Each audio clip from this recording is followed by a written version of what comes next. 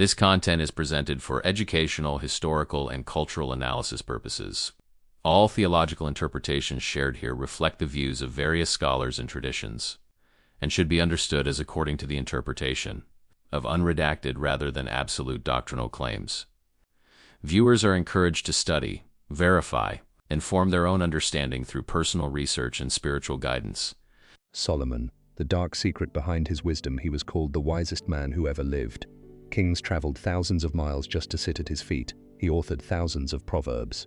He built one of the ancient world's most celebrated structures, and according to the texts that describe him, he had a direct line to the divine. But what if the wisdom of Solomon came at a cost that almost no one talks about? What if behind the gold and the glory there was a shadow that the official story has quietly buried for centuries? Today, we're going to dig into what historians, archaeologists, and biblical scholars have actually uncovered. And what they've found is far more complicated than anything you were taught in school. Stay with me. Most people know the outline. Solomon, son of David, king of Israel, roughly during the 10th century BCE. According to the Hebrew Bible, he was granted extraordinary wisdom by God, a story told in the Book of Kings, where a young Solomon, freshly crowned, is asked what gift he desires and chooses, understanding over wealth or power. That request, according to the text, pleased God so much that he received wisdom and riches both. But here's where it gets interesting, and where scholars start to diverge. The historical problem: there is, to date, remarkably little archaeological evidence for Solomon's reign as it's described in Scripture. The monumental temple in Jerusalem, the vast palace complex, the legendary wealth. None of it has been definitively confirmed through archaeology. What we have instead is a contested record. Some archaeologists, like Israel Finkelstein of Tel Aviv University, have argued that the Jerusalem of Solomon's era was likely a modest highland town, not the imperial capital described in Kings. Others, including Eilat Mazar before her death, pointed to structures in the city of David as possible evidence of a royal administrative presence dating to roughly the 10th century BCE. The debate is ongoing and unresolved. What this tells us is something important. Solomon, as a historical figure, exists in a space between legend and archaeology. And understanding that space is the key to understanding everything else. The name and its weight, the name Solomon, in Hebrew Shlomo, is widely understood. It derives from the root shalom, meaning peace. This is significant because his reign, unlike his father David's, is depicted as almost entirely peaceful. No major wars of conquest, a ruler who built rather than fought. But there's a secondary name given to him in the text, Jedidiah, meaning beloved of God. The dual naming suggests, according to some biblical scholars, that Solomon may represent a composite figure, a literary and theological construction built around a historical kernel, shaped over centuries to embody an ideal of divine kingship. This doesn't mean Solomon didn't exist.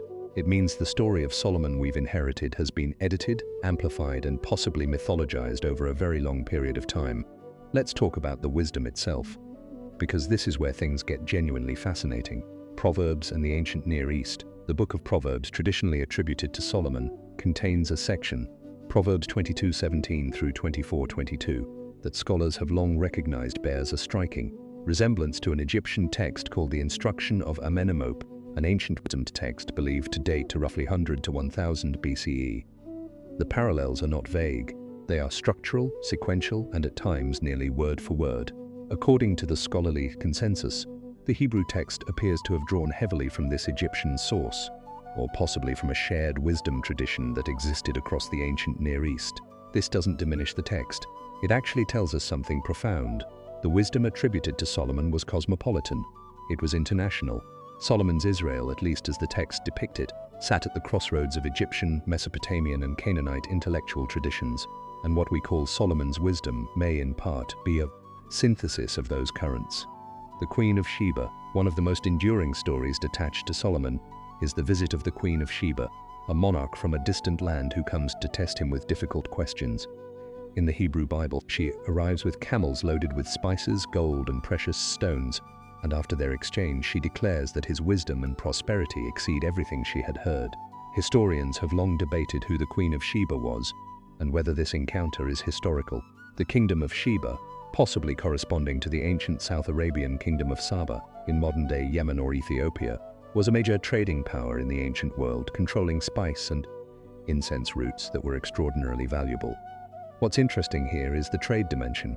The Queen of Sheba story, according to some scholars, possibly encodes a historical memory of trade negotiations or diplomatic relations between Israel and South Arabian kingdoms. The wisdom exchange may be a literary frame for something more pragmatic, a commercial alliance. Ecclesiastes and the shadow of doubt. Here is where the darker side of Solomon's wisdom begins to emerge, not in sensationalism but in the texts themselves. The book of Ecclesiastes, also traditionally attributed to Solomon writing in his old age, is one of the most unusual documents in the Hebrew Bible. It opens with the line, "Vanity of vanities, all is vanity," and proceeds to question the value of wisdom, labor, pleasure, and even justice in a way that sits uncomfortably alongside the triumphant Solomon of Kings. The author, called Kohelet the preacher, write ordained to one translation, "For in much wisdom is much grief, and he who increases knowledge increases sorrow." This is not the wisdom of a contented king. This reads like the reflection of someone who pursued understanding to its edges and found something unsettling there. Whether Ecclesiastes was literally written by Solomon or placed in his voice by later editors, its theological weight is striking. The wisest man in the world concluded that wisdom alone cannot make life meaningful. That tension is the first shadow behind the legend. Now we arrive at what the official version tends to skip. Forced labor, the construction projects attributed to Solomon, the temple, the palace complex, the fortified cities of Megiddo, Hazor, and Gezer, were, according to the text itself, built using a system of forced labor called Maz. 1 Kings chapter 5 describes Solomon conscripting 30,000 laborers from Israel for work in Lebanon, with 10,000 rotating on 1-month shifts. An additional 70,000 are described as carriers and 80,000 as quarry workers in the hills, with over 3,000 supervisors overseeing them. These are the Bible's own numbers, and what they describe is not a kingdom of peace and prosperity for everyone. They describe a massive state labor apparatus that extracted work from ordinary people to build monuments for royal glory. When Solomon died and his son Rehoboam took the throne, the very first demand the people of Israel made was relief from this burden. According to the text, Rehoboam refused, and the kingdom immediately split in two. The northern tribes seceded. The fracture that ended the united monarchy was, at its root, a labor revolt. The Wives and the Theological Crisis, 1 Kings chapter 11, is the chapter that most retellings of Solomon quietly minimize.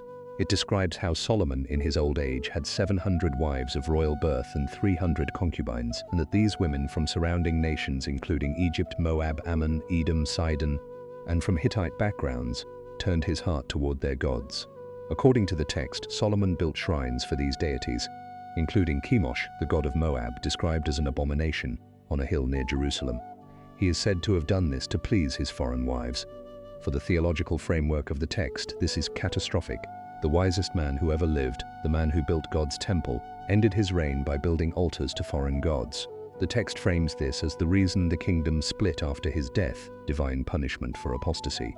But there's a historical dimension here worth examining. The marriages were almost certainly political. In the ancient Near East, royal marriages were instruments of diplomacy. A marriage alliance with Egypt, Solomon reportedly married a daughter of Pharaoh, was not about love. It was about securing borders, trade routes, and non-aggression pacts. The shrines built for his wives' deities were possibly part of this diplomatic reality, foreign queens maintaining their own religious practices at court with the king's support, as was standard in ancient Near Eastern palace culture. What the text frames as moral failure may also be a window into the practical realities of statecraft in the ancient world, realities that sat in deep tension with the exclusive worship demanded by Israel's religious tradition. The accumulation of wealth. Deuteronomy 17 contains what scholars call the law of the king, a passage that, interestingly, seems to describe Solomon almost perfectly in the negative. It warns a future king not to acquire many horses, not to acquire many wives, and not to accumulate excessive silver and gold. Solomon, according to the books of Kings, did all three. He imported horses and chariots from Egypt and Cu. He had his 1,000 wives and concubines, and his annual income is described as 666 talents of gold, a number that, in its original context, simply represented an enormous, almost mythological sum. Some scholars, including those in the tradition of critical biblical studies, have suggested that the Solomon narrative was written or heavily edited during the later period of Israelite history, specifically to serve as a cautionary tale, a story about what happens when a king prioritizes power, wealth, and political alliance over the demands of the covenant. On this reading, Solomon's story is not a simple success narrative. It's a tragedy in slow motion, the rise, the achievement, and the fall of a man whose wisdom was ultimately insufficient to govern himself. Beyond the biblical text, Solomon became one of the most influential figures in the history of esoteric and mystical tradition. And this is where the legend grew in directions that are historically fascinating, even if they're not always historically accurate. Solomonic magic. By the first centuries of the Common Era, a body of literature had developed around Solomon as a master of spirits and hidden knowledge. The most influential of these texts is the Testament of Solomon, a Greek document likely composed somewhere between the 1st and 5th centuries CE. The Testament describes Solomon receiving a magic ring from the archangel Michael, a ring bearing a seal that gave him power over supernatural beings, which he then used to force these spirits to help build the temple. Each one is interrogated about its nature, its powers, and how it can be neutralized. This text is not part of the Hebrew Bible or the New Testament. It's what scholars call pseudepigrapha, writings attributed to a biblical figure but written long after that figure's time. But it became enormously influential. From this tradition emerged the concept of the Seal of Solomon, generally depicted as a hexagram, the six-pointed star, as well as the Key of Solomon, a genre of ritual manuals that circulated across medieval Europe and the Islamic world. These texts were not fringe documents. Copies of Solomonic manuals were found in the libraries of educated Europeans for centuries. They influenced Renaissance philosophy, early modern ceremonial practice, and according to some historians, aspects of Freemasonry. Solomon in Islam. In Islamic tradition, Solomon, known as Suleiman, is a prophet, not merely a king. The Quran describes him as being given power over the wind, understanding the language of birds and animals, and commanding armies of jinn, supernatural beings. Surah 27, An-Naml, the ant, contains the story of Solomon and the hoopoe bird and his encounter with the Queen of Sheba, called Bilqis in later Islamic tradition. In this version, the queen is brought to submit to God, and her throne is miraculously transported to Solomon's court before she arrives. The Islamic Solomon is a figure of divine sovereignty, someone whose extraordinary powers are explicitly framed as gifts from God, granted to test whether he would remain grateful and obedient. When he falters, even briefly, those gifts are tested. Freemasonry and the Temple. In the symbolic mythology of Freemasonry, Solomon's Temple occupies a central place. Masonic ritual draws on the story of Hiram Abiff, a figure briefly mentioned in the biblical account as the master craftsman who oversaw the temple's bronze work, and develops this character into a complex allegory about integrity, mortality, and the transmission of sacred knowledge. It's worth being clear. Historians of Freemasonry are themselves divided on the origins of these rituals, and the connection between actual ancient practice and 18th century Masonic symbolism is not a direct historical line. The Masonic Solomon is a symbolic figure, not a historical reconstruction. But the persistence of Solomon across these traditions tells us something important. Across Judaism, Christianity, Islam, and a range of esoteric movements, Solomon became the figure onto whom people projected their deepest ideas about wisdom, power, divine access, and the limits of human knowledge. He became, in effect, a canvas for civilization's anxieties about intelligence itself. Let's come back to the ground, literally, because the archaeological story is one of the most interesting and genuinely unresolved chapters in this whole discussion. The problem of evidence the monumental Solomon described in Kings has proven extremely difficult to confirm archaeologically. This has led to a genuine scholarly divide. On one side, what's sometimes called the low chronology school, associated particularly with Israel Finkelstein, argues that the large building projects traditionally dated to Solomon's era may actually belong to the Omride dynasty a century later. Under this view, the biblical narrative significantly inflates Solomon's historical significance. On the other side, scholars like Amihai Mazar have defended a modified conventional chronology that preserves roughly 10th century BCE dates for several significant structures. The stepped stone structure in Jerusalem City of David, the six-chambered gates at Megiddo, Hazor, and Gezer, mentioned explicitly in 1 Kings, and various administrative buildings have all been cited at different times as potential evidence for a Solomonic state infrastructure. None of this is settled. Radiocarbon dating, ceramic analysis, and stratigraphic interpretation all feed into an ongoing debate that remains genuinely open. What we can reasonably say what archaeology does seem to support is this. The 10th century BCE saw the emergence of a significant polity centered in the highlands of Judah and Israel, one that was literate, capable of monumental construction, and engaged in regional trade. Whether this entity looked like the empire described in Kings or something more modest is the question that remains. The Tel Dan stay, which contains what most scholars read as a reference to the House of David, providing the first extra-biblical mention of the Davidic dynasty, confirms that a historical kernel underlies the biblical narrative. It doesn't confirm the full scope of Solomon's legend, and perhaps that's the most honest conclusion archaeology offers us. There was likely a historical Solomon, a significant king, possibly a remarkable one. But the figure we've inherited is a collaboration between history, theology, and centuries of storytelling. So what is the dark secret behind Solomon's wisdom? Maybe it's not a secret at all.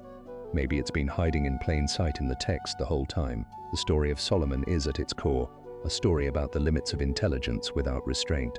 A man given everything: power, resources, diplomatic connections, and an extraordinary mind, who used that mind brilliantly in some directions and catastrophically in others. He built the temple. He also built the shrines. He governed with justice. He also governed with forced labor. He synthesized the wisdom of the ancient world. He also, according to the texts, lost himself in the process. Ecclesiastes, that strange, melancholy book placed in his old mouth, may be the most honest part of the whole story. The wisest man who ever lived sat at the end of his life and concluded that wisdom by itself is not enough. That's not a hidden code. That's just the human condition written in ancient ink. And maybe that's why this story has lasted 3,000 years.